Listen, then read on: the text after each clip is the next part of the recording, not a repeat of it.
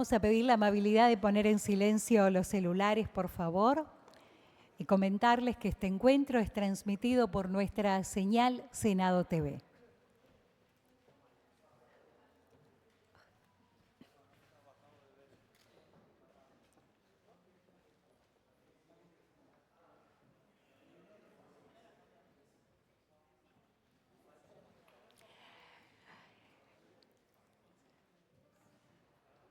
Les damos la más cordial bienvenida al Salón Ilia del Palacio Legislativo, donde, propiciado por la Dirección General de Cultura y la Dirección General de Relaciones Internacionales de la Cámara Alta, participaremos del seminario Hispanoamérica, Diálogos y Perspectivas, encuentro que se realiza en el marco de las actividades que conmemoran el 12 de octubre, Día del Respeto a la Diversidad Cultural.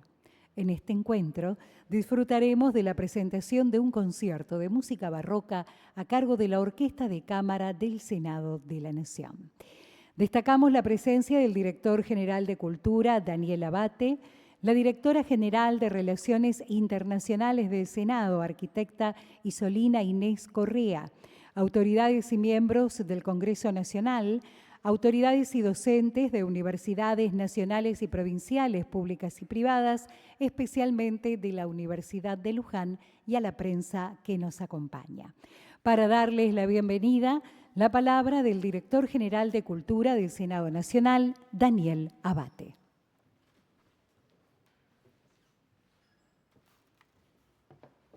Gracias. Bueno, buenas tardes a todos. Es un honor darles la bienvenida a este primer seminario Hispanoamérica, Diálogo y Perspectivas. Una iniciativa conjunta de la Dirección General de Cultura y la Dirección General de Relaciones Internacionales del Senado de la Nación. Hoy, en el majestuoso Salón Ilia, nos reunimos para explorar las raíces profundas de nuestra identidad compartida y celebrar la rica herencia cultural que nos une. Este encuentro contará con la participación de destacados especialistas que nos guiarán en un recorrido por nuestra historia. La licenciada Estela Cristina Salles, reconocida por sus investigaciones sobre el virreinato, nos hablará de Chucuito y de la figura del virrey Toledo. La licenciada María Claudia Montelli, experta en arte colonial, nos sumergirá en el enigmático mundo de las sibilas que están en San Telmo. Y por último, bueno, la profesora que no llegó, pero por eso tardamos en arrancar, pero bueno, vamos a tener la intervención del historiador Raúl Amado. A través de las disertaciones exploraremos temas como la organización del orden virreinal, la relación entre lo divino y lo humano en el arte colonial y la proyección de nuestra herencia en el mundo globalizado. Antes de dar inicio a las conferencias, disfrutaremos de un concierto de música barroca a cargo del Quinteto de Cuerdas de la Orquesta del Senado de la Nación. Las melodías que escucharemos nos transportarán a esos tiempos dorados en el que la música y el arte eran el eco de la historia compartida. Este es nuestro homenaje a siglos de cultura, una conexión viva entre pasado y presente, en eso que llamamos tiempo, la imagen móvil de la eternidad. En nombre de las direcciones que hicimos posible este evento, agradecemos su presencia y su pasión por el conocimiento. Que estas jornadas nos acerquen un poco más a este vasto horizonte que compartimos y que nuestro primer seminario, sea solo el inicio de muchos más encuentros donde sigamos explorando nuestras raíces y construyendo juntos un futuro mejor. Sean todos bienvenidos. Gracias. Luego de la palabra del Director General de Cultura, Daniel Abate, nos disponemos a disfrutar de esta presentación especial del Cuarteto de Cuerdas de la Orquesta de Cámara del Congreso Nacional, que interpretarán Fatto per la notte di Natale. Esta presentación de música barroca se enfoca en el Concerto Grosso en Sol menor, opus 6, número 8, de Arcangelo Corelli, conocido comúnmente como el Concierto de Navidad, que fue comisionado por el cardenal Pietro Ottoboni y publicado póstumamente en 1714 como parte del 12º Concerti Grossi Opus 6 de Corelli. El concierto fue escrito para un ensamble de violines y violonchelo. En este Salón Ilia del Palacio Legislativo, hoy será ejecutado por los maestros músicos Florencia Chiafone y Paula García Presas en violín, Federico Butera en viola y Mariana Levitín en cello.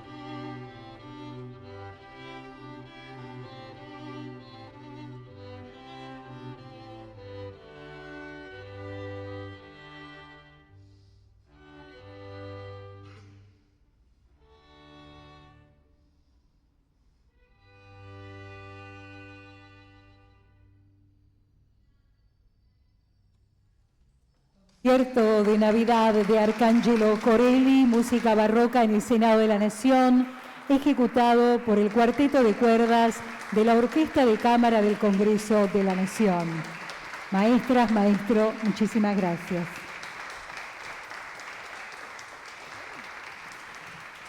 Les agradecemos muy especialmente a las maestras y al maestro músico y quiero invitar al estrado a los especialistas, a Raúl Amadeo, a la licenciada Estela Cristina Salles, a la licenciada María Claudia Montelli,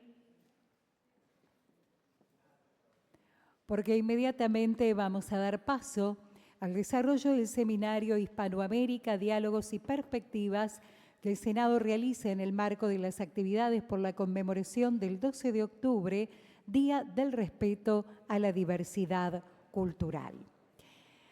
En primer lugar, la licenciada Estela Cristina Salles, quien es subsecretaria de Planificación Académica de la Universidad Nacional de Luján y profesora extraordinaria consulta de la misma Casa de Altos Estudios. Va a disertar en el inicio de este primer seminario sobre la visita del Virrey Toledo y la organización del orden hispano en América en los siglos XV y XVI en la provincia del Chucuito, actual Puna.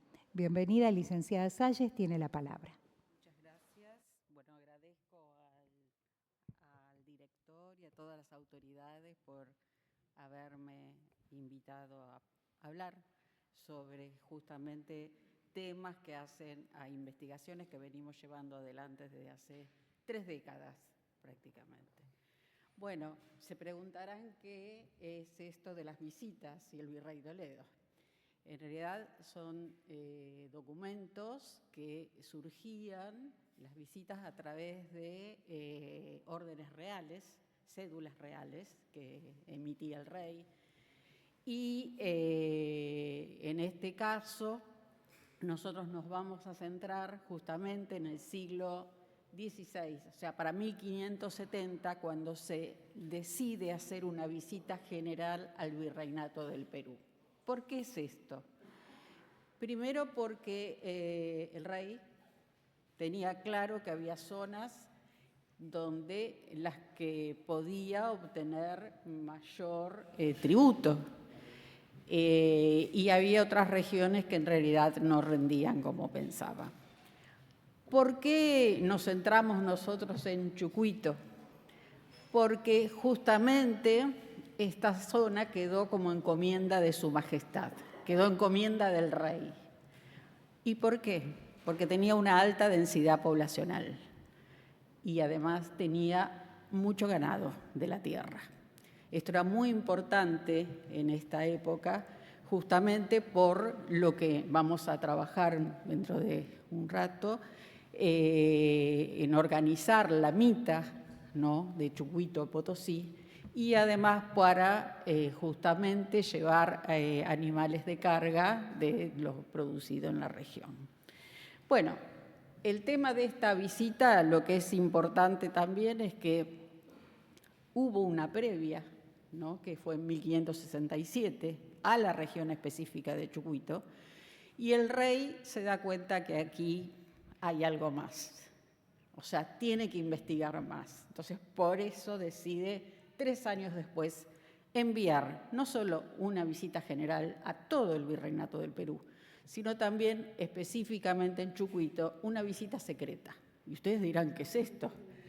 Es una visita sobre la orden religiosa de los dominicos. ¿Por qué? Porque era la orden más fuerte en el Virreinato del Perú y el rey estaba sospechando de que algo, o sea, a partir de cobros de camaricos y tributos, podían tener más poder que él. Por lo tanto, había que controlarlos. ¿Se entiende? Bueno, decíamos que esta visita, en especial la de Toledo, dio origen a otra documentación que también es muy importante, que son las relaciones de Indias. Nosotros cruzamos distintas documentaciones. ¿Por qué? Primero, porque la visita inicialmente que comenzamos a trabajar estaba publicada estaba publicada por una investigadora americana, Catherine Julien, una parte. Y otra parte estaba publicada por otro investigador también muy importante, pero no teníamos la visita completa. O sea, lo único que teníamos era tasación de indios. Y esto era un problema para nosotros, porque no teníamos, o sea, lo cuantitativo, sí, podíamos tener algunos datos, pero no nos daba la imagen de toda la región que necesitábamos. Y sospechábamos que el documento completo podía estar en algún sitio. Sabíamos que en el Archivo General de Lima se había incendiado, había una parte muy pequeña, que fue la que publicó Catherine Julien, y en el archivo de Sevilla había otra parte también. No estaba completa. Oh, casualidad, en el Archivo General de la Nación, Argentina, se encontraba una copia transcripta en el siglo XVI por un juicio de cacicazgo. Esta copia tenía 1500 folios, bastante legible, bastante bien cuidada porque casi no había sido consultada. Entonces se encontraba en buen estado. Había que paleografiarla, muy poco, pero había que paleografiar.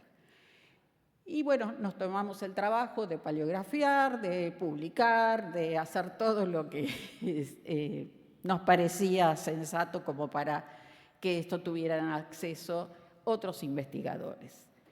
¿Qué pudimos encontrar primero? Que la visita, bueno, era este procedimiento que decíamos que surgía a partir de reales órdenes, pero también lo que veíamos que era una investigación in situ, o sea, en el lugar, ¿sí? No solo de tasación de indios tributarios, sino que teníamos encuestas. O sea, salían funcionarios del rey a distintos espacios y encuestaban a los habitantes. No solo los jefes étnicos, sino también a los indios del común. Y esto era riquísimo, porque teníamos muchísima información que no había sido vista, ¿no? Y que nos permitía reconstruir la historia de la zona. Bueno, por supuesto que esto llevó un tiempo, desde 1570 hasta 1574, el recopilar toda la información. Imaginémonos que los caciques principales de la región sabían bastante de política, porque contaban distintas las historias. Por lo tanto, los europeos se veían bastante complicados en interpretar cómo funcionaba esta sociedad. Yo digo, siempre eran más astutos que políticos modernos, ¿no? Porque sabían cómo moverse y que sabían cómo funcionaba la cuestión. Y bueno, esto seguía con los pareceres del visitador, esto luego fue a Europa.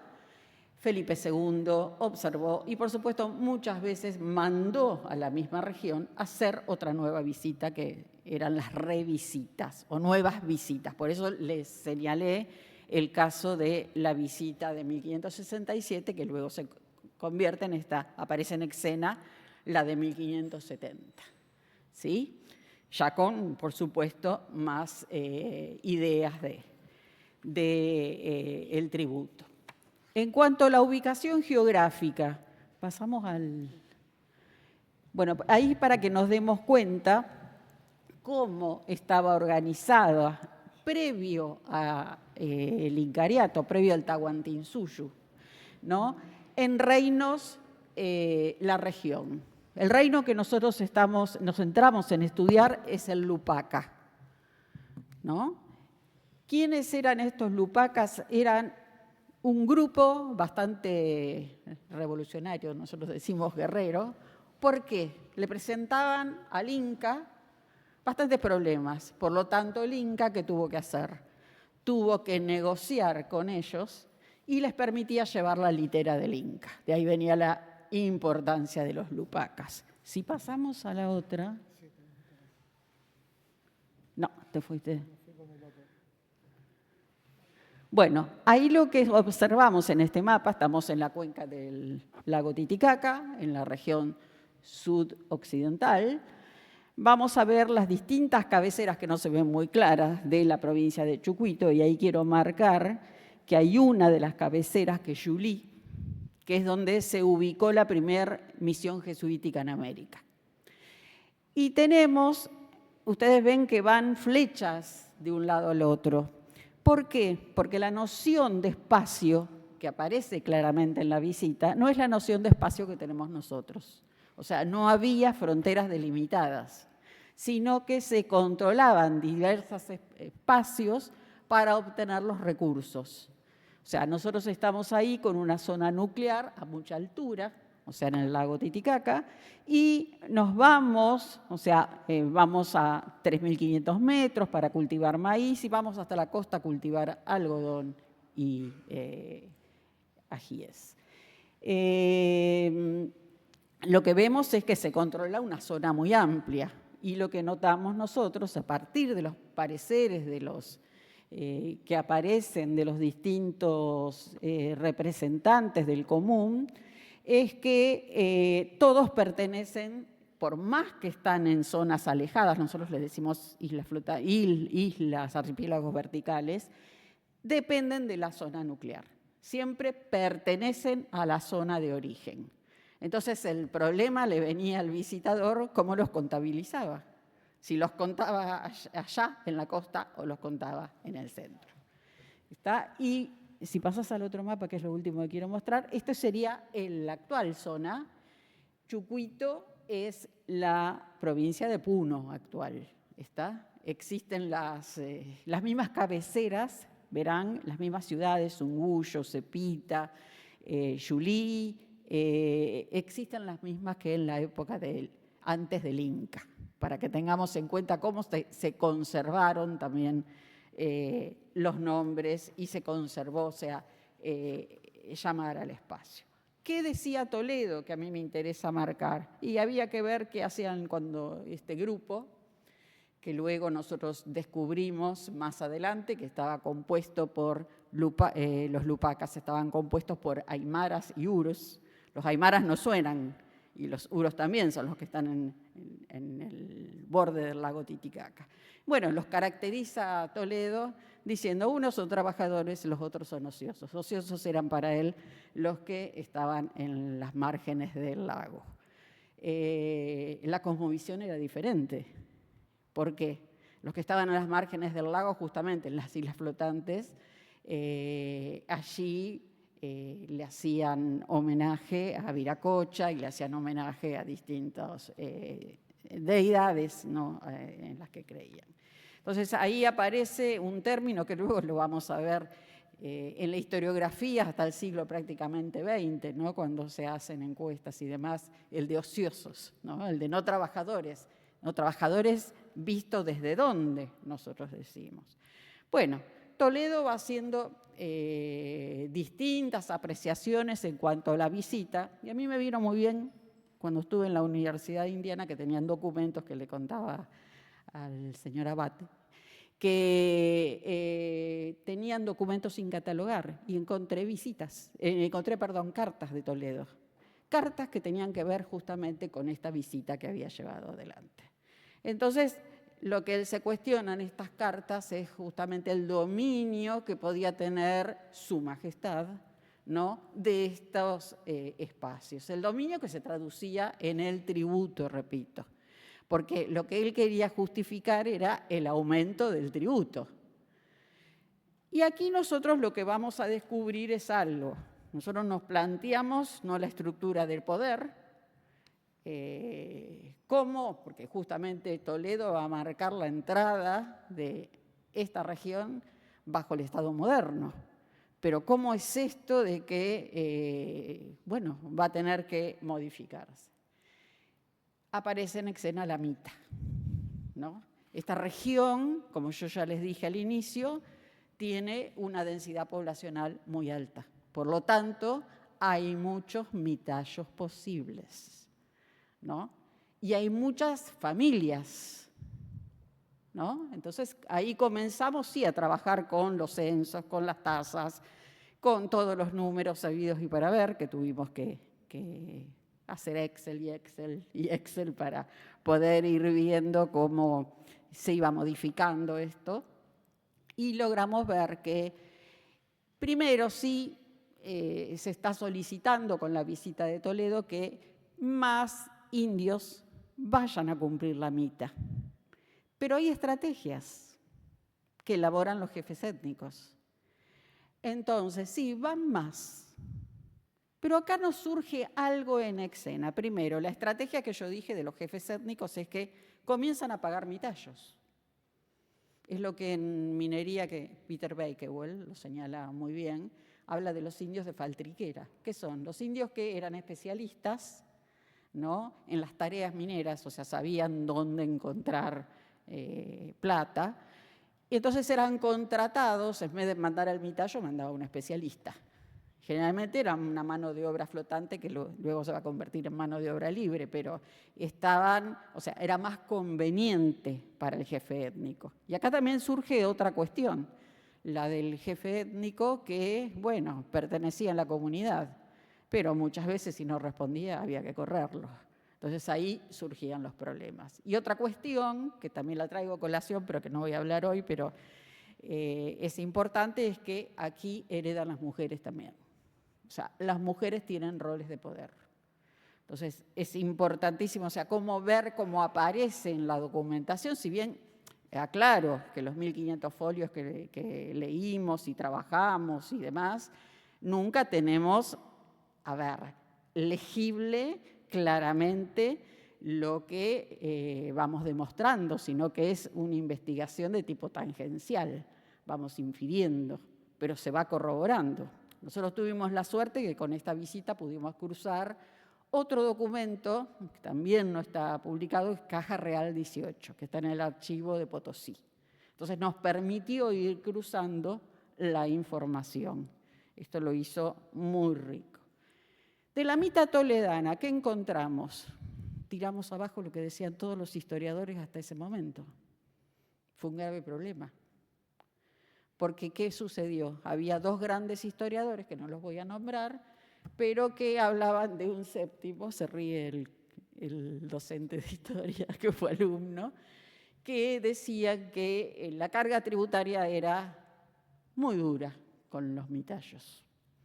Y en realidad era porque se estaban manejando con las tasas directamente, no se estaban manejando con toda la fuente.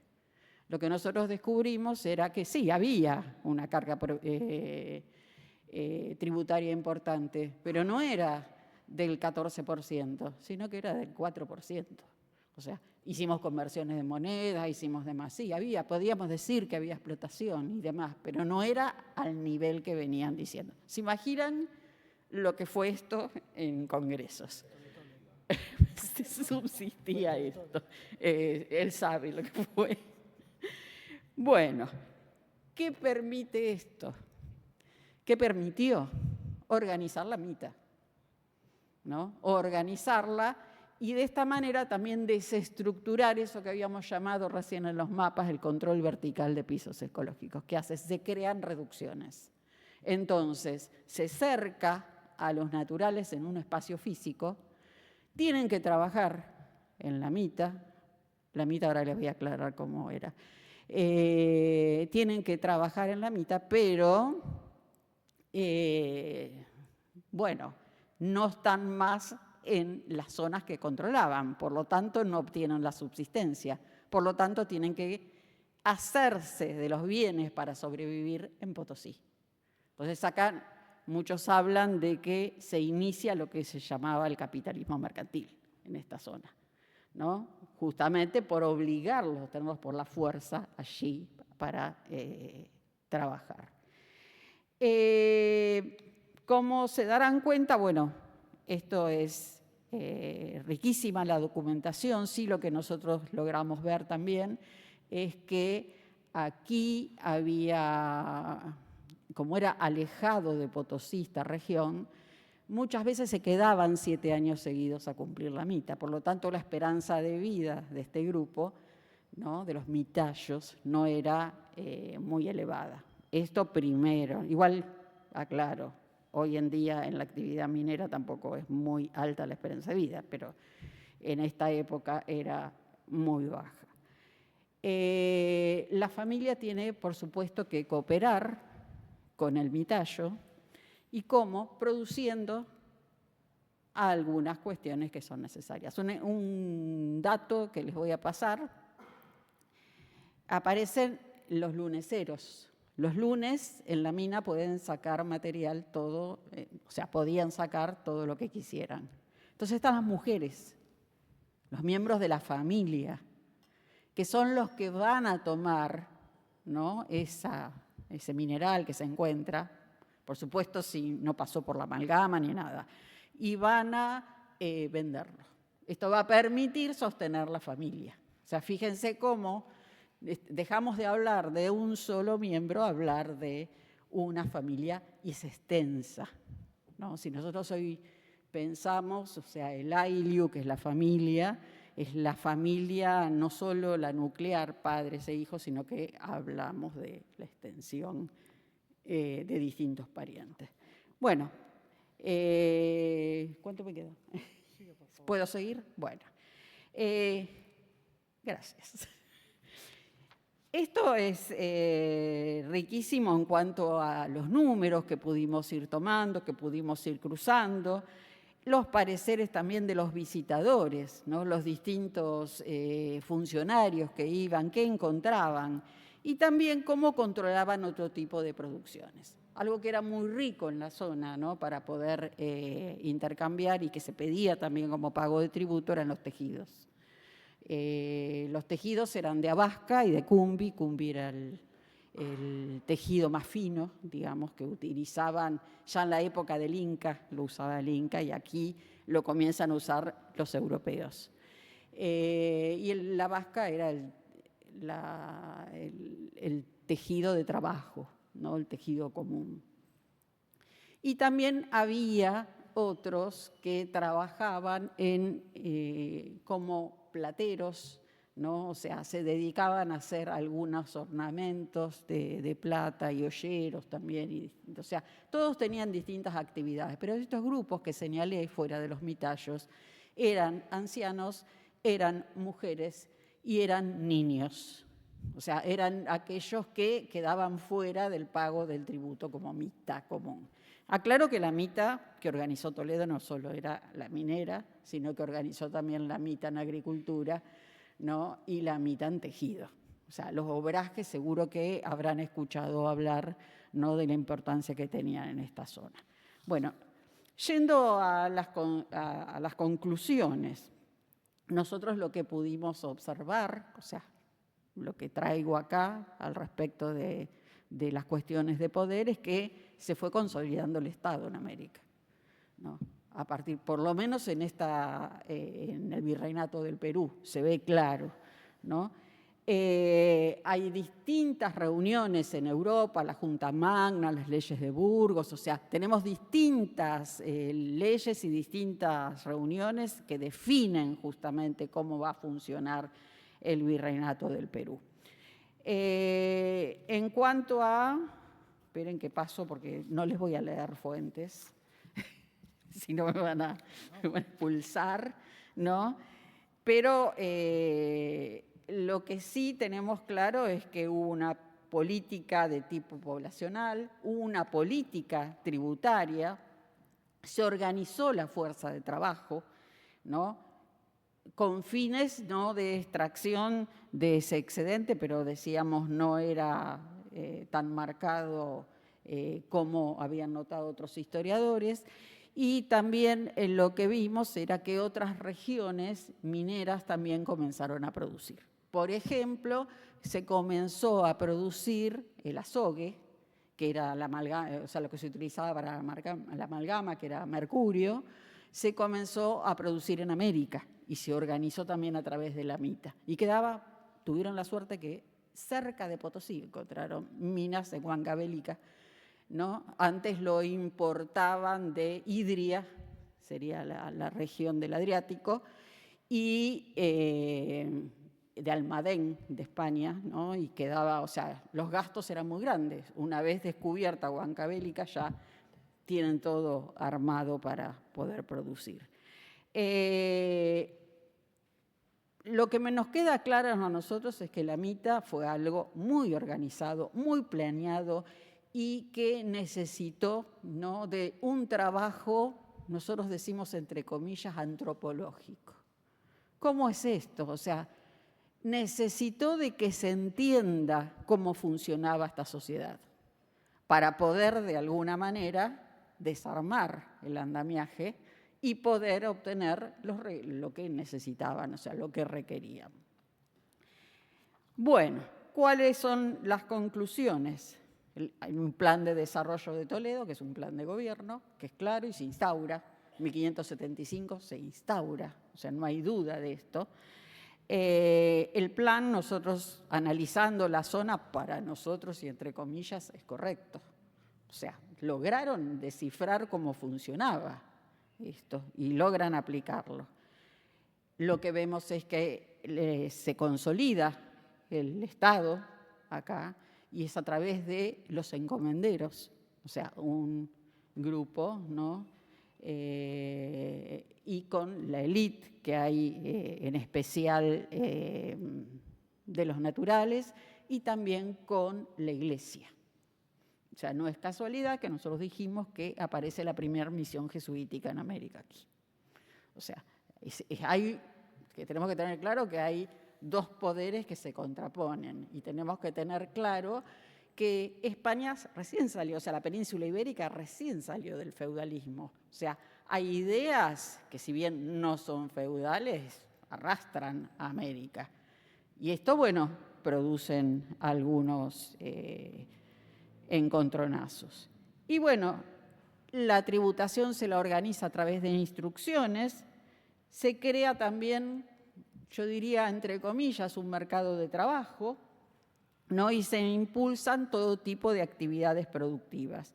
Y por supuesto es el Estado quien asume el rol de organizador. ¿Qué vemos? Bueno, hay una dominación, subordinación, podemos hablar, se plantea, que tiene que ver con lo material, que tiene que ver con lo político-administrativo. Acá se organiza toda la administración, o sea, que queda clara, ¿no? Y lo ideológico. Acá también se quiere cortar con lo ideológico. Pensemos que la Iglesia Católica se va a superponer, o sea, nosotros hablamos de justaposición sobre las ideas de los naturales. Entonces surge, bueno, todo lo que hasta hoy podemos hacer estudios. ¿Qué métodos se emplearon? Bueno, yo diría la violencia, entre comillas. Nosotros tenemos que pensar que hay jefes étnicos que aceptan, y es más, se quieren parecer más a europeos que a su grupo, ¿no? Es más, hay muchos que han sido educados en Europa, ¿no? Y también nosotros decimos que puede haber una dominación indirecta o inconsciente, ¿no? También lo que sabemos que las enfermedades produjeron mucha destrucción, pero en la región que nosotros trabajamos no llegaron tantas enfermedades. Por eso también disentimos con lo que dicen muchos autores. Y los problemas que vemos es que, bueno, persiste la antigua élite de encomenderos. Los encomenderos tenían mucho poder, entonces era muy difícil poder correrlos en este momento, por esta cuestión que nosotros decíamos de las ideas feudales, ¿no? Que podían acarrearse de Europa. Y por supuesto, bueno, el poder real es el que define todo. ¿Qué otra cosa? Bueno, y los antiguos jefes étnicos no llegan a ser totalmente tomados por el nuevo sistema, no todos, yo dije hay algunos, y por supuesto lo que hacen es elaborar estrategias de supervivencia, tanto para ellos como para su grupo, porque siempre están representando a su grupo. Bueno, hasta aquí, no sé si quieren hacer alguna pregunta. Sí. Un segundito, director, le acercamos un micrófono para que pueda tomar su comentario en nuestra transmisión de Senado TV.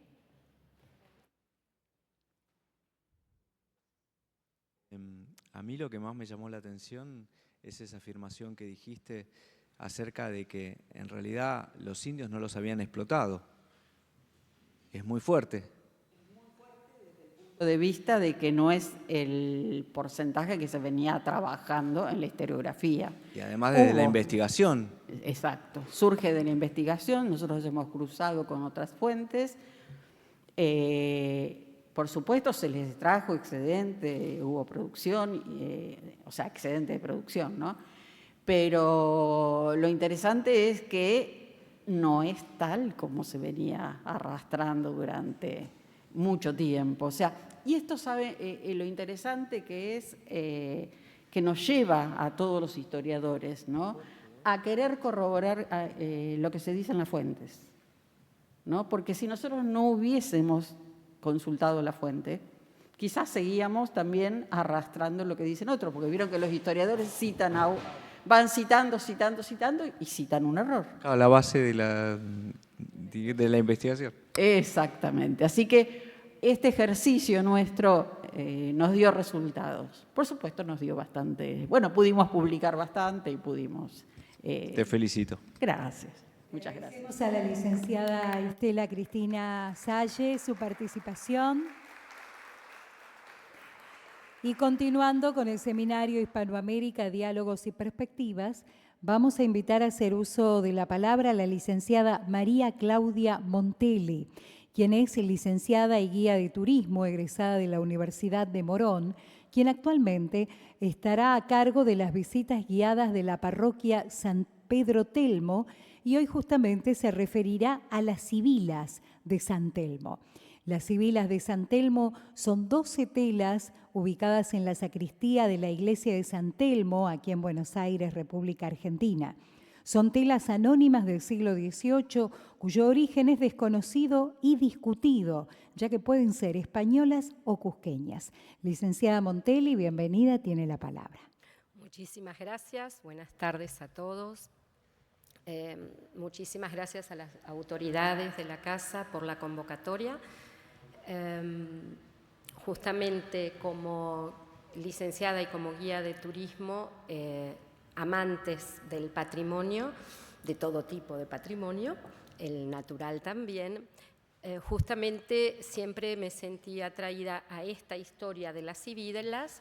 Viviendo en San Telmo, vivo muy cerca de la parroquia, y este gran tesoro que está oculto, es muy misterioso, desconocido y realmente oculto, porque nadie, o sea, es muy poca la gente que tiene acceso, gracias a que con la comunidad del barrio y de la parroquia comenzamos a hacer visitas guiadas una vez al mes, en las cuales están todos invitados a conocer este gran patrimonio, esta gran herencia hispana que la tenemos en el corazón del casco histórico de la ciudad.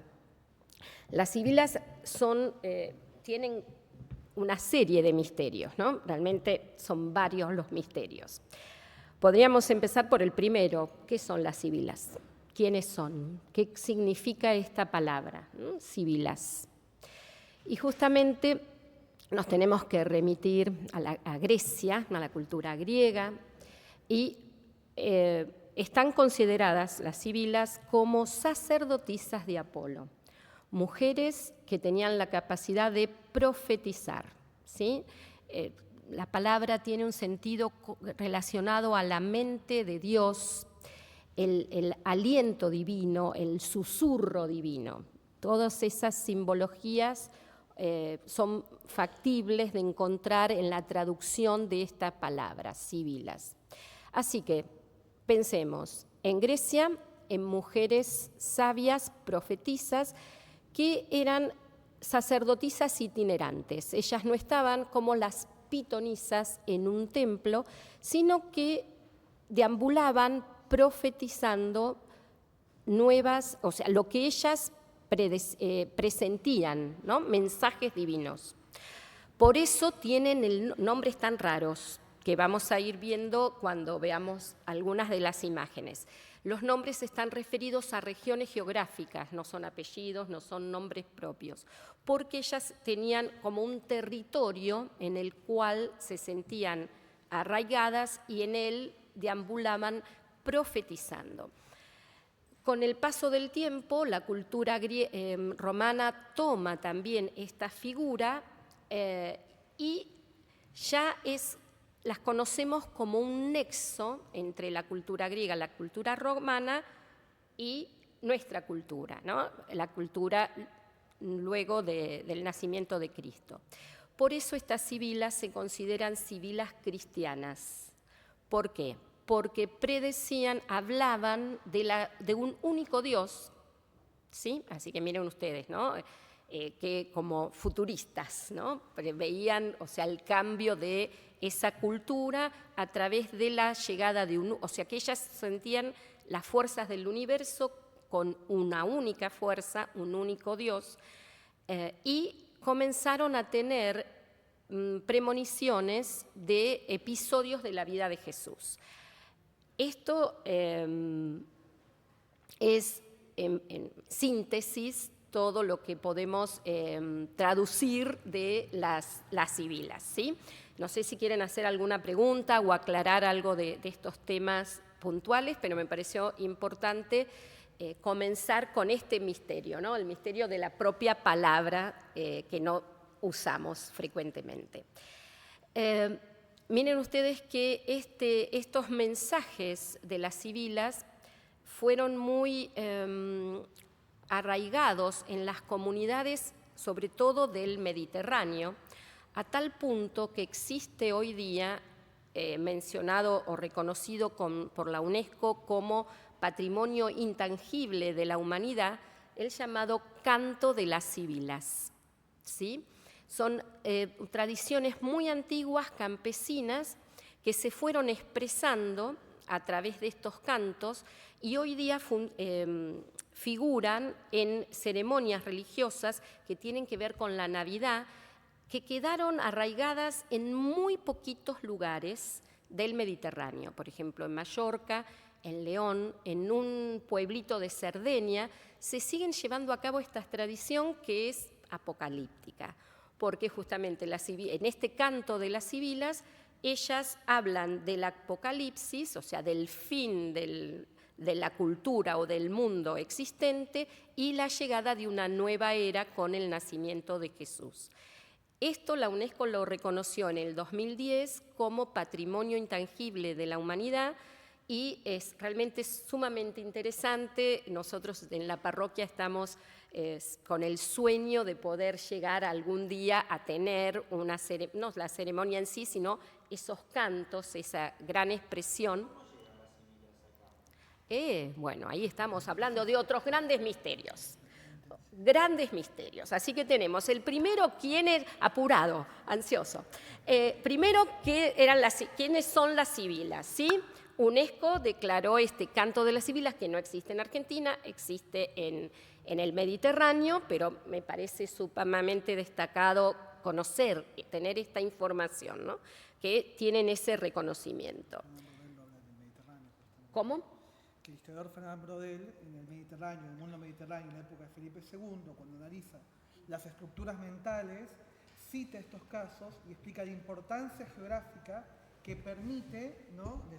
Decía que esta referencia la encontramos, quienes hemos tenido la oportunidad de leerlo, en el texto de Braudel, ¿no? El Mediterráneo y el mundo mediterráneo, de la época de Felipe II, donde analiza el Mediterráneo como un espacio geográfico y temporal, desarrolla esta cuestión, son muchísimas páginas, y lo marca como uno de esos elementos estructurantes de la mentalidad, ¿no? Claro, que trasciende la época, trasciende el tiempo, y trasciende incluso la cultura, y genera una especie de anclaje. Y que dura milenios, ¿no? Y cómo desde Virgilio hasta la época moderna tenemos la presencia del canto sibilino. Perdón. Eso es fascinante, es apasionante esta profundidad cultural, este arraigo cultural. Y bueno, fueron prohibidas, ¿sí? El canto de las sibilas fue prohibido, igualmente así en León y en Mallorca los sacerdotes sintieron esa ligazón tan arraigada y lo sostuvieron amén de la prohibición. Y hoy día se siguen haciendo, o sea que uno puede, si tiene la suerte de estar en ese periodo en Europa, de llegar a presenciar esas ceremonias. La música la queríamos poner en la visita guiada que hacemos en las sibilas de San Telmo y es tan triste, pero tan triste que ponemos a veces un poquito, porque generan un clima apocalíptico. Pero es sumamente interesante esta raíz cultural y cómo esa estructuración del pensamiento y está llevado a cabo por mujeres, que eso también, ¿no? Eso de mujeres que tienen esa jerarquía y que la sostuvieron en todo el periodo griego y el periodo romano y que de alguna manera traspasó, ¿sí?, a la era cristiana y a la religión católica. Así que ahí también hay un gran poder y un gran misterio que bueno, nos sensibiliza y nos apasiona. Así que sabemos lo que más o menos ya ahora tenemos una idea de lo que son las sibilas, sabemos que la UNESCO las reconoce. ¿Qué hacen las sibilas en San Telmo? Otro gran misterio. Ahí tenemos otro gran misterio. La parroquia de San Telmo inicia su construcción jesuita, ¿sí?, en 1734, a partir de una intención que a mí también me sensibiliza y me encanta narrar de este mundo hispano, un matrimonio que vivía en San Telmo, que estaba bien económicamente. Pensemos San Telmo en 1700, que era un suburbio de Buenos Aires al cual no se tenía acceso en el invierno, quedaba totalmente aislado. 1 kilómetro, ¿no? Yo vivo ahí, o sea, es 1 kilómetro a Plaza de Mayo y quedaban aislados. No podían tener ningún oficio de los que se ejercía la iglesia, que eran tantos, ¿sí? En ese mundo, las defunciones, los enterratorios, la educación, lo religioso, la salud, estaban siempre en torno a las iglesias y San Telmo quedaba realmente aislado.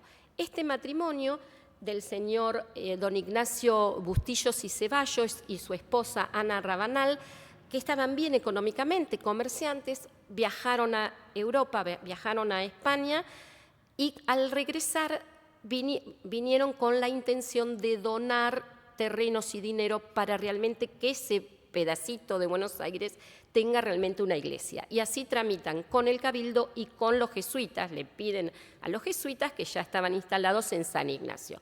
Consiguen resolver todo esto, que no fue fácil, y a fines del 1734 se inicia esa construcción, que no vamos a entrar en esa profundidad, que es una hermosa historia también, ¿no?, de construcción de semejante patrimonio, que realmente es una segunda manzana de las luces, podemos decir, entre comillas, ahí en San Telmo, y que está, entre paréntesis también, muy olvidada.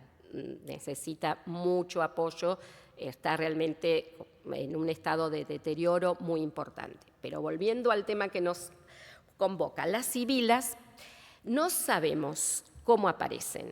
Si nos basamos en la documentación, la primera documentación que se encuentra de las sibilas es cuando ya expulsados los jesuitas, la iglesia que queda abandonada prácticamente durante un periodo muy largo, llegan los betlemitas, esta segunda comunidad que se hace cargo, o sea, el gobierno le dispone del edificio de la iglesia, y ahí ellos en su inventario dicen, hay 12 cuadros de las sibilas. Lo único que tenemos. Entonces, ¿quién las trajo? Algunos dicen Bustillo y Ceballos, que hizo realmente una donación muy importante, o sea, este matrimonio encargó estos óleos y los trajo junto con el equipamiento de la iglesia. Hay algo que sí sabemos que donaron ellos, que es el cuadro de Nuestra Señora de Belén. No sé si ustedes saben, la iglesia de San Telmo es iglesia de Nuestra Señora de Belén, parroquia de San Pedro González Telmo. Entonces, ese cuadro original fue una donación de este matrimonio. Quizás donaron ese cuadro hermoso, que están invitados a venir a conocerlo, a verlo, y también las 12 sibilas. Puede ser. No se sabe. Realmente no hay. Sabemos que los jesuitas eran realmente muy prolijos en todo, pero esa iglesia quedó abandonada muchos años. Esa iglesia fue particularmente saqueada en las invasiones inglesas, que fue tomada en las invasiones inglesas. Esa iglesia también sufrió incendios, ya que con la epidemia de fiebre amarilla se quemaban elementos por el tema de la propia epidemia. No sabemos quién trajo las sibilas, quién pensó en las sibilas, no se saben. Lo que sí sabemos es que estuvieron siempre ubicadas ahí, por eso también es muy bonito estar en esa sacristía, que es una verdadera construcción jesuítica, y ver las sibilas ubicadas en la propia ubicación que se dispuso de origen. ¿Quién la dispuso? No sabemos, pero están en el mismo lugar que estuvieron siempre. Sí, eso también tiene esto que decíamos recién, ¿no? Esas cosas que traspasan el tiempo.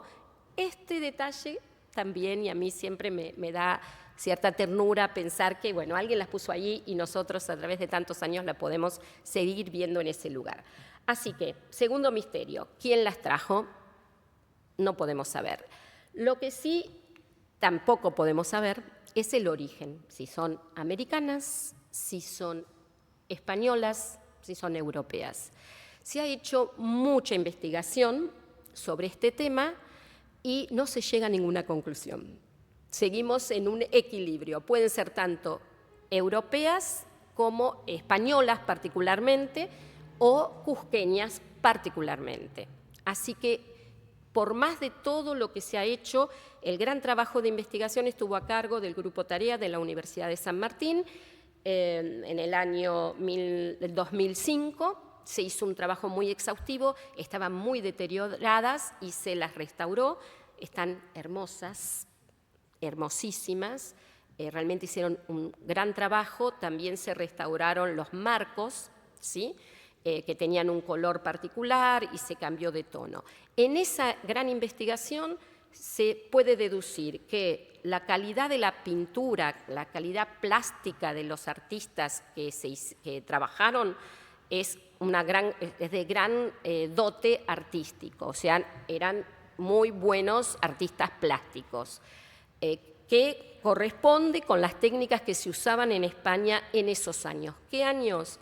Ellos lo relacionan con el 1730-1740, paralelo a la construcción de la iglesia, ¿no? Pensemos que la donación fue en 1734, así que podrían haber sido encargadas por este matrimonio, porque también eso se sabe que fue un encargo a un taller, por el tipo de composición artística, ¿sí? Fue un gran encargo, un encargo importante y de jerarquía. Así que eso sobre las pinturas. Tanto se analizaron con todos los métodos posibles los pigmentos, la calidad plástica de los artistas, los dotes de esos artistas, el tejido sobre el lienzo, ¿sí? Es un lienzo también de óptima calidad, muy liso, y el enmarcado. El enmarcado es lo que da una pauta más, o sea, toda esta calidad plástica uno la piensa en Europa, pero ¿por qué no pudo haber estado en América?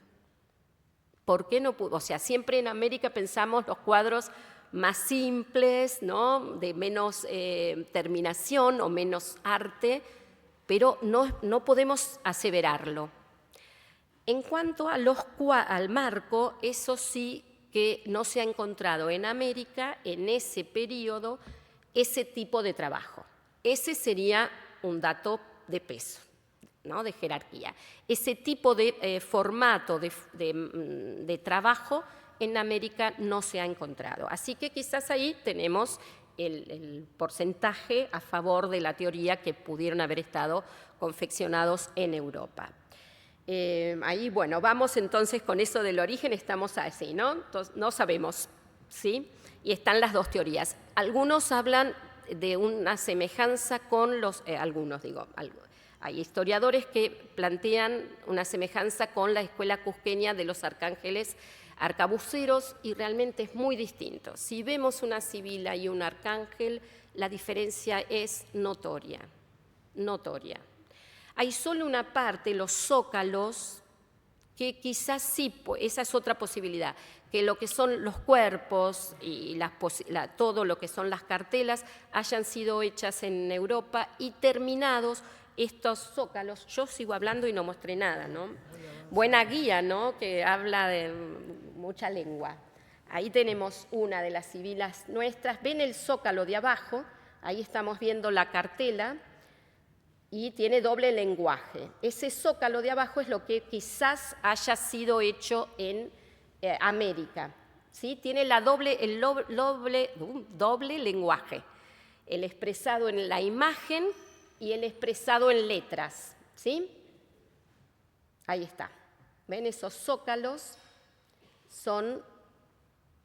Y en cambio ven la calidad de la pintura y además la posición. Los arcángeles arcabuceros son planos y las sibilas no, son corpóreas, tienen un movimiento corpóreo.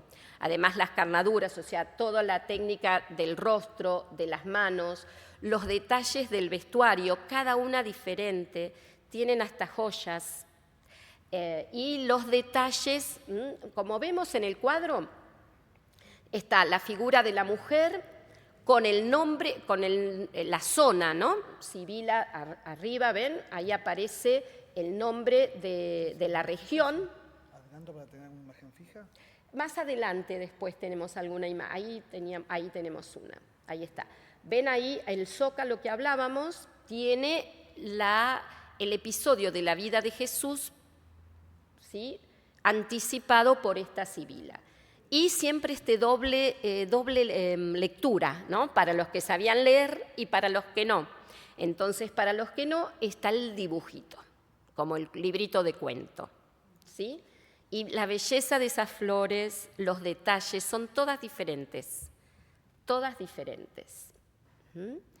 Y como vemos, bueno, lo que les decía de las joyas, los detalles.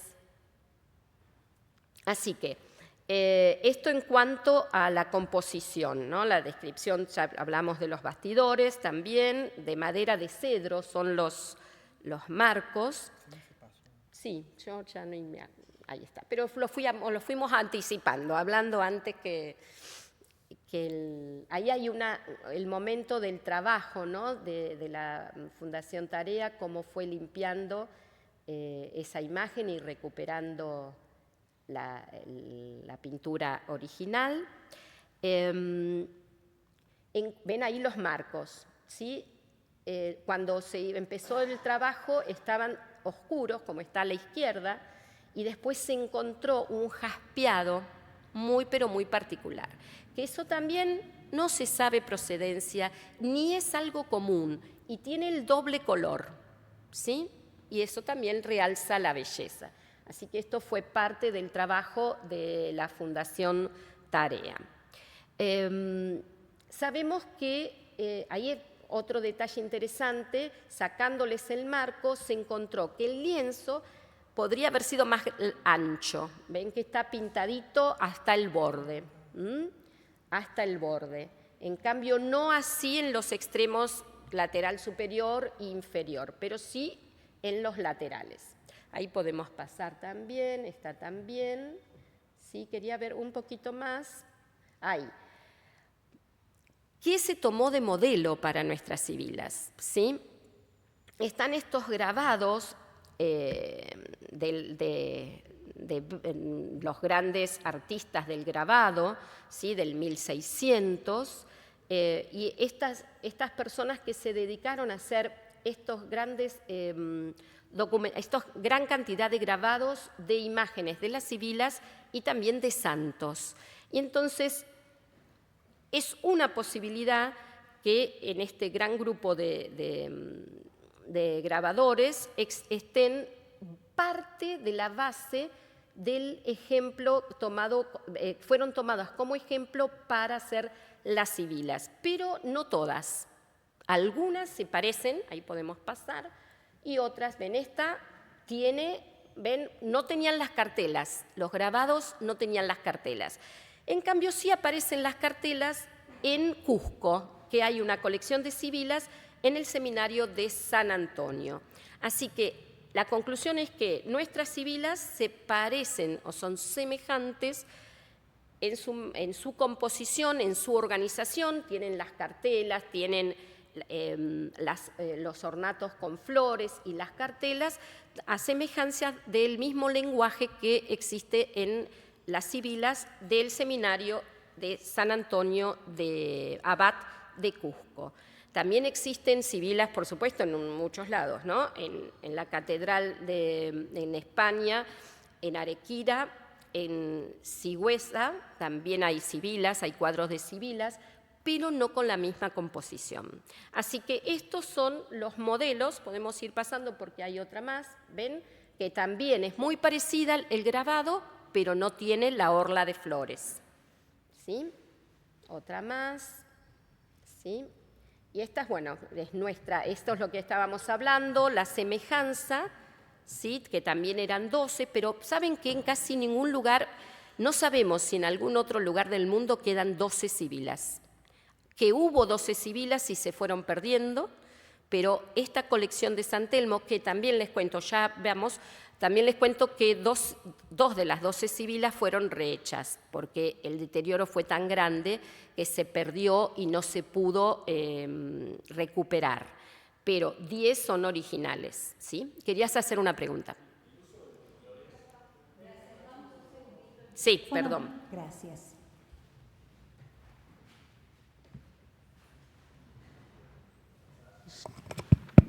Quizás ya hizo esta aclaración previamente, pero el uso de los colores basados, o sea, los bocetos en los cuales se basan son en blanco y negro, entonces es en base a los colores que hay en el momento, tratan de dar un mensaje con respecto a las organizaciones jesuitas que como no sabemos, qué interesante, no sabemos si tuvo que ver con los jesuitas o no, pero muy probablemente hay mucho, en cada cartela hay mucho detalle a analizar, en cada una de las imágenes.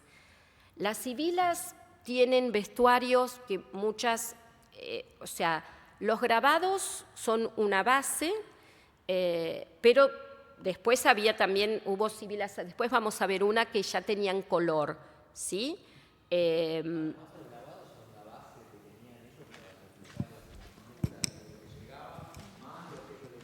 Claro, fueron muy recreadas. Perdón.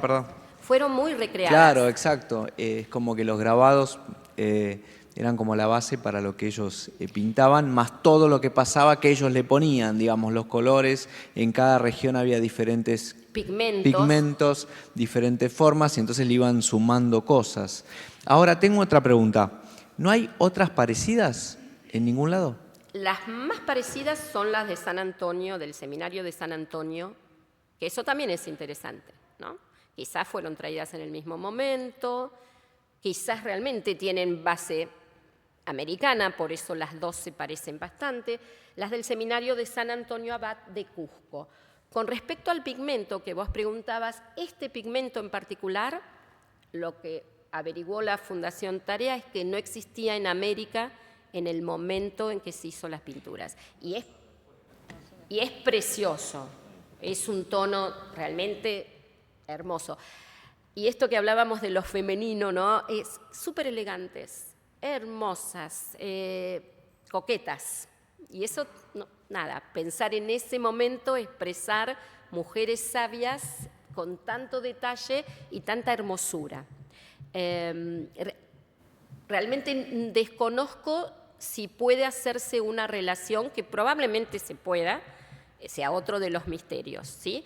Lo que sí, como te vuelvo a decir, en las imágenes de la premonición, ahí hay mucho para analizar y muchos símbolos. Ahí sí debe, o al menos hasta donde yo llegué a escuchar y a leer, en esas imágenes sí hay mucha simbología, muy bonita además, ¿sí? Pero bueno, hasta ahí llega lo que pude investigar.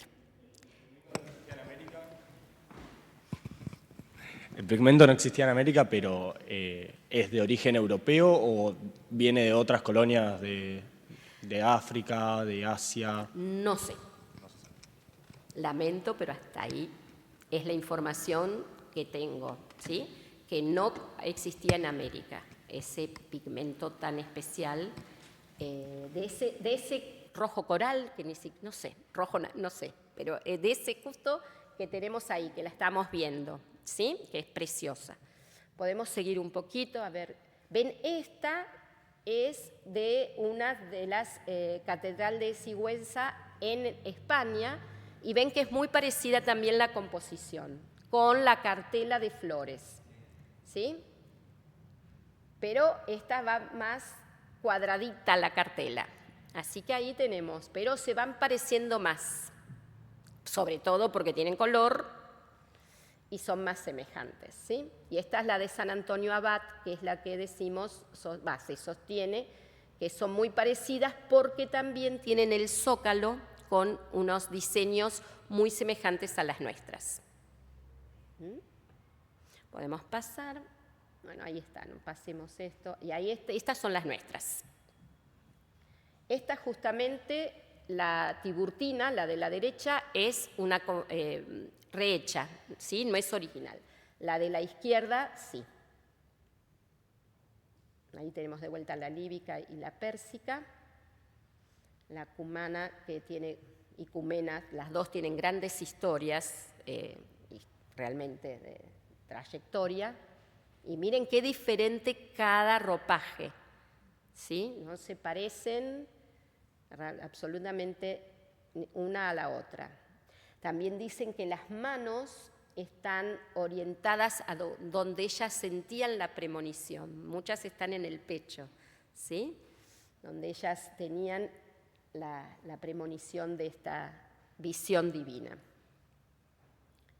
Y ahí están, colgaditas ahí. Estas fotos no son perfectas justamente porque están altas y es bien difícil fotografiarlas. Pero pensemos que estuvieron en ese mismo lugar durante las invasiones inglesas, estuvieron iluminadas a vela, la iglesia estuvo abandonada, se puede decir, casi 28 años. Ahí quedaron, el ventanal que tiene esa sacristía estuvo roto, se llenó de palomas que también llenaron a las sibilas, no sabemos cómo subsistieron a todo eso. Bueno, 2 no subsistieron, ¿no? Esta es otra de las que no subsistió, que es preciosa. Esta es otra de las rehechas. Y bueno, esto es parte de los misterios de estas sibilas, ¿sí? De las sibilas de Santa Elena. Nuestro agradecimiento a la licenciada María Claudia Montelli. Continuamos con el desarrollo de este seminario Hispanoamérica, Diálogos y Perspectivas que se realiza en el Salón Ilia del Senado Nacional en el marco de las actividades de conmemoración del 12 de octubre, Día del Respeto a la Diversidad Cultural. Nos acompaña también en el estrado el señor Raúl Amadeo, que es el director del Museo Parlamentario Domingo Faustino Sarmiento. Bueno, invitamos a la vicerrectora de la Universidad Nacional de Luján, por favor.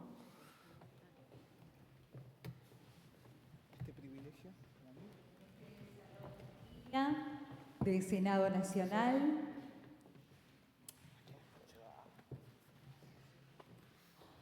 Con agrado presentamos a la señora María Esther Leguizamón, vicerrectora de la Universidad Nacional de Luján, quien en el marco de este seminario disertará sobre América Hispana en el contexto atlántico, un contexto histórico. Señora Leguizamón, bienvenida, le damos la palabra. Está bien, gracias. Bueno, antes que nada, buenas tardes a todos y a todas. Y permítanme una cuestión muy personal. Felicitar a Raúl Amado. Pensar en ese chiquito entre asustado y demás que llegó a la Universidad de Luján. Le tocó estar en la primera materia conmigo. Pero bueno, tan mal no lo debemos haber hecho porque está acá, ¿verdad? Pasó. No, realmente, de verdad, un orgullo saber que nuestros graduados, al igual que Estela y yo, somos graduados de la Universidad Nacional de Luján, orgullosos hijos de la educación pública, saber que nuestros graduados van ocupando lugares y cargos de importancia. En principio, no, si bien soy profesora en historia, no he desarrollado investigaciones tan profundas como sí lo ha hecho Estela en el campo de chucuitos. Nosotros las llamamos así en la universidad, chucuitos. siempre estuvo trabajando profundamente en ese tema que le apasionó y la apasionó, y nos hizo apasionar a nosotros también en el poder entender este asunto de la mita, los mitallos, de lo que tanto se habla. Interesantísimo el caso de las sibilas. Desconocía totalmente que tuviéramos algo en nuestro país y acá tan cerca. Invitadísimos. Así es. Pero básicamente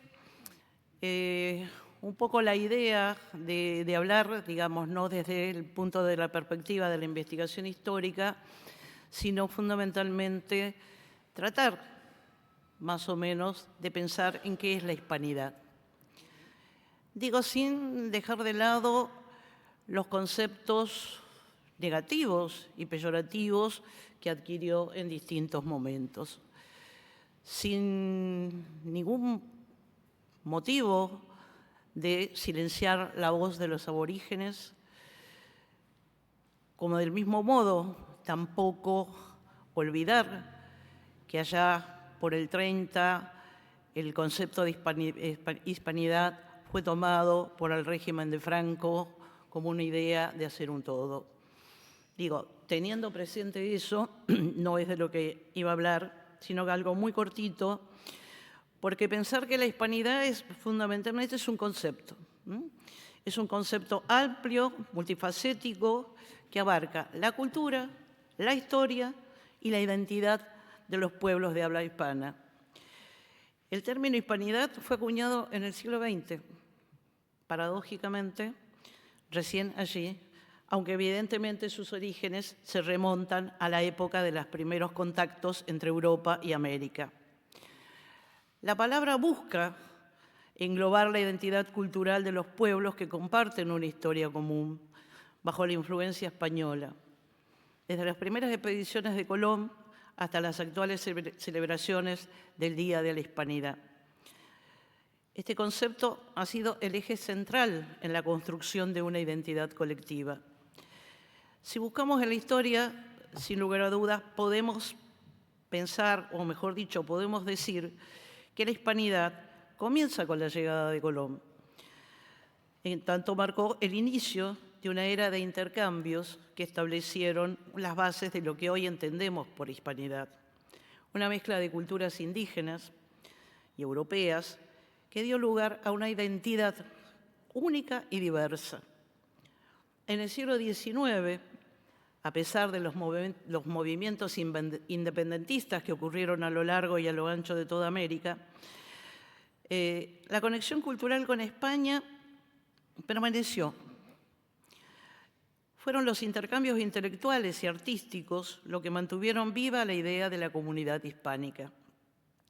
La literatura, la música, las tradiciones religiosas siguieron siendo puntos de unión entre los países de habla hispana. Uno de los aspectos más destacados de la hispanidad, sin lugar a dudas, es la lengua. Más de 500 millones de personas en el mundo entero hablan la lengua española, es decir, los hispanohablantes, y se calcula que pronto muchos más va a sobrepasar al inglés, que es la otra lengua por excelencia. En el siglo XIX, permítanme hacer una digresión, en el siglo XX, a principios del siglo XX, fue Miguel de Unamuno el que reintroduce la palabra de la hispanidad. Y lo hace a través de un artículo en el Diario de la Nación sobre la argentinidad. Es decir, él estaba hablando sobre un libro de Ricardo Rojas y allí utiliza el término de argentinidad. Entonces compara la palabra argentinidad con hispanidad. Habla de americanidad, de españolidad, etcétera, etcétera, italianidad, y asocia a la expresión a la variedad de pueblos que hablan el idioma español, hecho que limita la idea de raza. Eso es muy interesante lo que plantea Unamuno. Limita la idea de raza y le confiere un sentido igualitario, cuestionando la idea de madre patria, asignada a España para sostener que había que hablar de hermanas, para referirse a las repúblicas sudamericanas y dejarnos de primacías y maternidades, decía don Unamuno. Como les decía, en el siglo XX la hispanidad adquiere un nuevo significado, en tanto España se utiliza el término para promover una visión unificada de las relaciones con América Latina. La celebración del Día de la Hispanidad es el 12 de octubre, que coincide con el desembarco de Colón en América y se convirtió en una fecha clave para reafirmar esos lazos históricos y culturales entre España y los países latinoamericanos.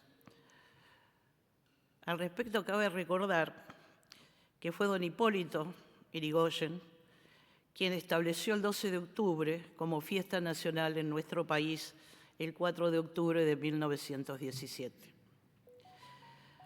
Fíjense qué interesante. La generación del 37, ¿se acuerdan?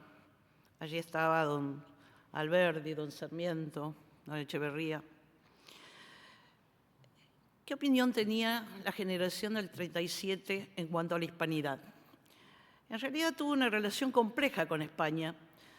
Por un lado, buscaba distanciarse de los modos monárquicos y autoritarios heredados de la colonia y promover una democracia que garantizara los derechos de los ciudadanos. Por el otro, reconocían la influencia cultural y literaria de España, especialmente en el contexto del romanticismo que tanto influyó en sus obras literarias. Basta recordar la obra de Echeverría. La hispanidad, en ese contexto, no se veía como una simple continuidad de la herencia colonial, sino como un punto de partida para la creación de una identidad nacional propia. Sin embargo, fiel a su concepción europeizante, se dedicaron con fricción a condenar en todos los extremos la herencia hispánica y a ponderar hasta lo excelso las delicias del racionalismo inglés y, por supuesto, el espíritu francés. Además, estaban convencidos de que el tecnicismo estadounidense era producto de la herencia anglosajona. Paralelamente, sostenían la idea de la molicie criolla derivada de la holganacería del español inculto. Escuchaba recién Estela este concepto del ocioso, de la holganacería, viene de antes, y en ese caso, Toledo y compañía consideraban que estos eran los aborígenes en su momento. Acá, bueno, aquí se le dice que tiene que ver con los españoles. O sea que la civilización debía reemplazar esta raza bárbara que decían las élites conservadoras. Gabriel del Mazo, otro historiador, planteaba que desaparecido el indio con la técnica del Remington, negado lo español, despreciado lo criollo y el gaucho, quedaba rota la tradición y sofisticada nuestra autonomía. Si bien Yrigoyen estuvo influenciado por la generación del 37, no lo podemos negar, sobre todo en el campo de la educación, la libertad de expresión y los derechos individuales como pilares fundamentales para formar ciudadanos libres, también lo es la formación humanística, devenida en la teoría krausista, que tanto influyó en don Yrigoyen. Recordemos que el krausismo, que si bien surge en la filosofía desde Alemania, va a adquirir mayor importancia justamente en España. Digo, de esta manera nos va a llegar a nosotros a través de filósofos españoles. ¿Y por qué decimos que el krausismo, que insisto, tiene su origen en Alemania, va a lograr mayor envergadura a través de España?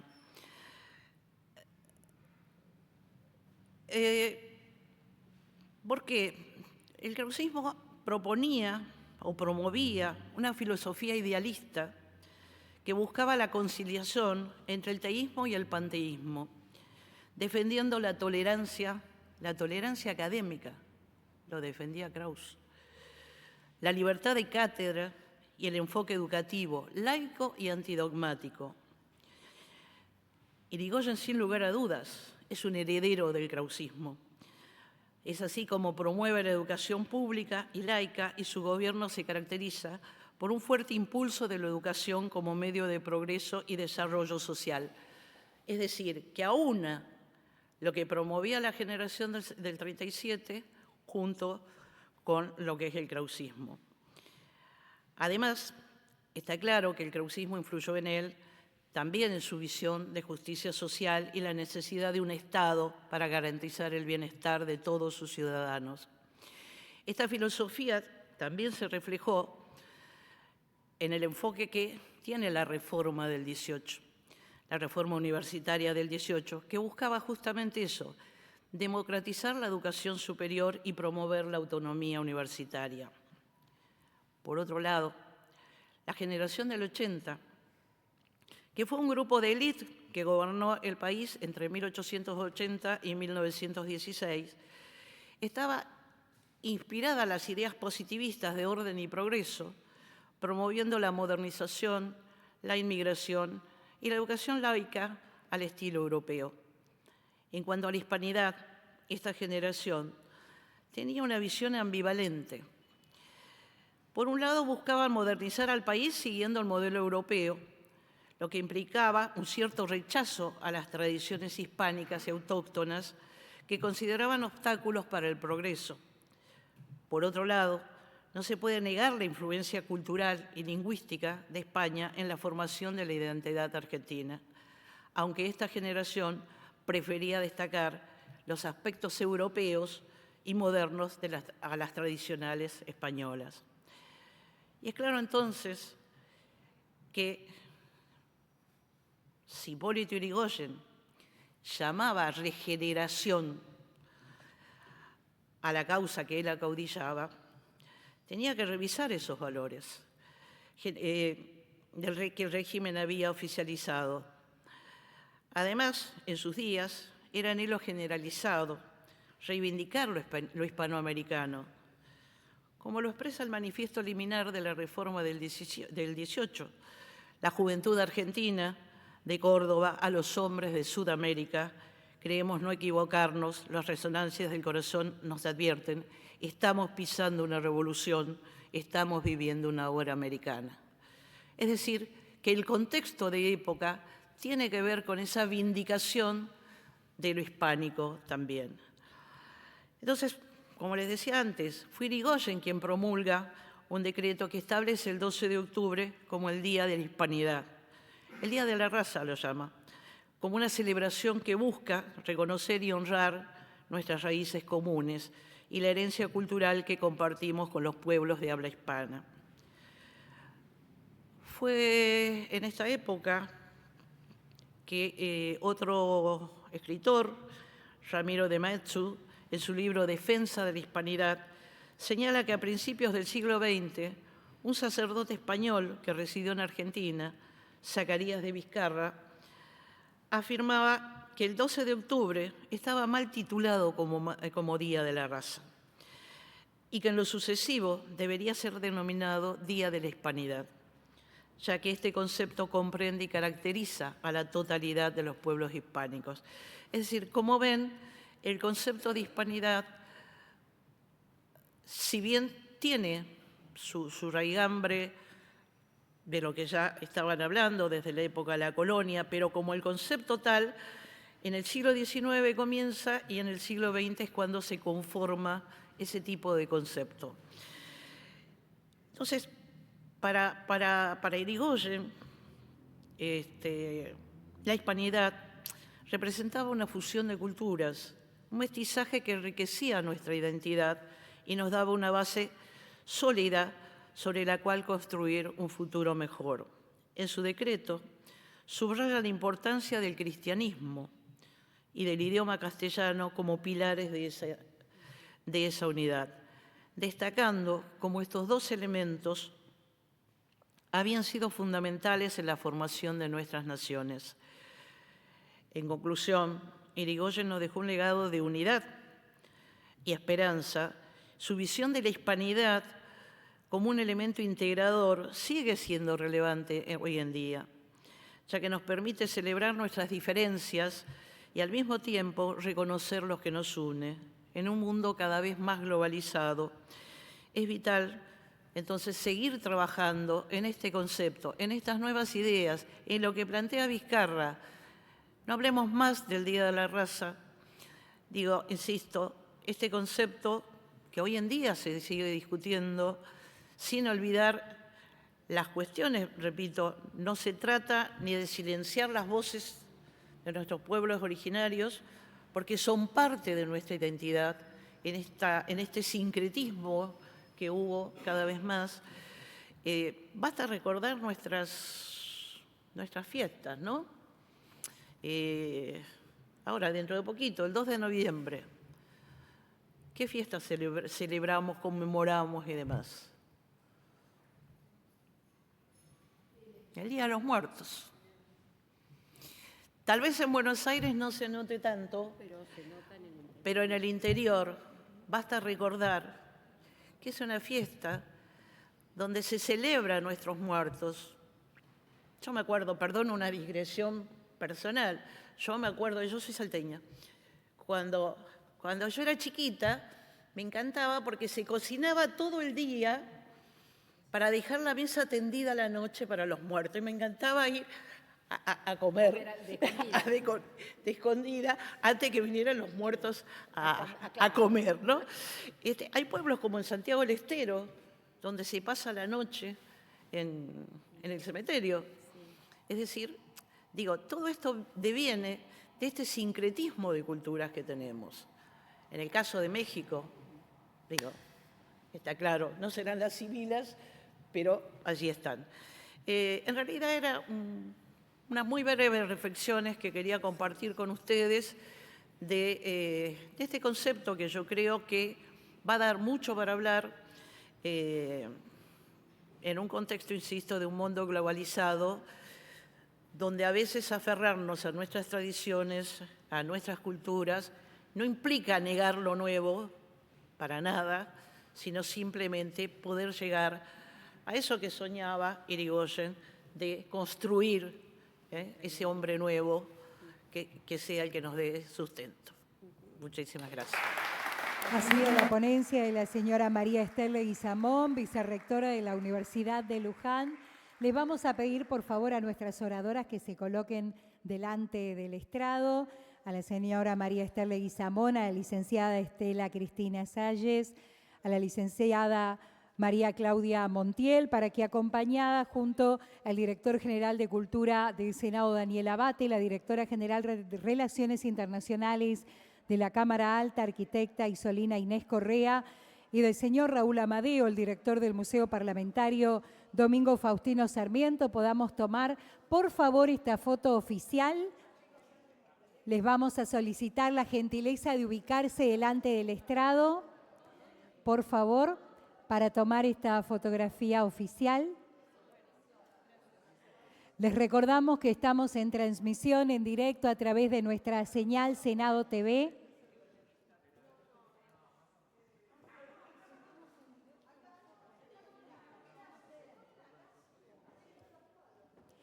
Agradeciéndoles a todos quienes se han dado cita en este salón del Palacio Legislativo.